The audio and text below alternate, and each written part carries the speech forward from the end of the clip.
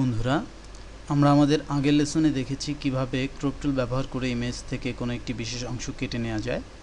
আমরা এবার সেই ক্রপ টুলেরই আরেকটি ব্যবহার দেখব।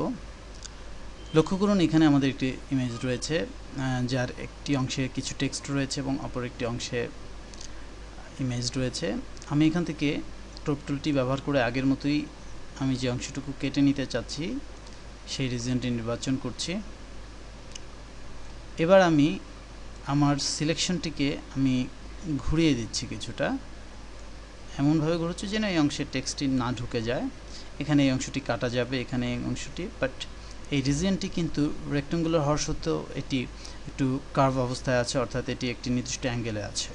বাট আমি যখন আমার এই পরিবর্তনটি কমিট করব, আমি দেখব যে আমার সিলেকশনটি সোজা হয়ে গিয়েছে, কিন্তু আমার বক্সটি কার্ভ হয়ে গেছে। অনেক সময় বিভিন্ন থাম্বনেইল বা আর্টিস্টিক থাম্বনেইল তৈরির ক্ষেত্রে অথবা টিউটোরিয়ালের সাইটগুলোতে আমরা দেখব বিভিন্ন রকম থাম্বনেইল আমরা দেখতে পাই যেগুলো কার্ভ করা, সেটি আপনি খুব সহজে এভাবেই করে নিতে পারেন। তো এরকম ডিফারেন্ট ইউজ আপনি করতে পারেন, ডিফারেন্ট ভেরিয়েশন আনতে পারেন ক্রপিং টুল ব্যবহার করে। আমি আবার আন্ডু করছি, Ctrl+Alt+Z। আমি যদি এই কাজটি আমি টেক্সটের উপর করতাম, লক্ষ্য করুন আমি টেক্সটটিকে বাঁকাচ্ছি,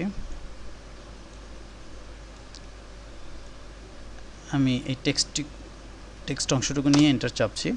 লক্ষ্য করুন এটিও একটি স্টাইল দিচ্ছে, একটি ফ্ল্যাট একটি ডিজাইনকে এটি রোটেট করে এক ধরনের স্টাইল জেনারেট করছে। ফলে আমরা এভাবে আমাদের ডিজাইনে ভেরিয়েশন আনতে পারি এবং আমরা এই ক্রপ টুল ব্যবহার করে আমাদের ডিজাইনকে আকর্ষণীয় করে তুলতে পারি।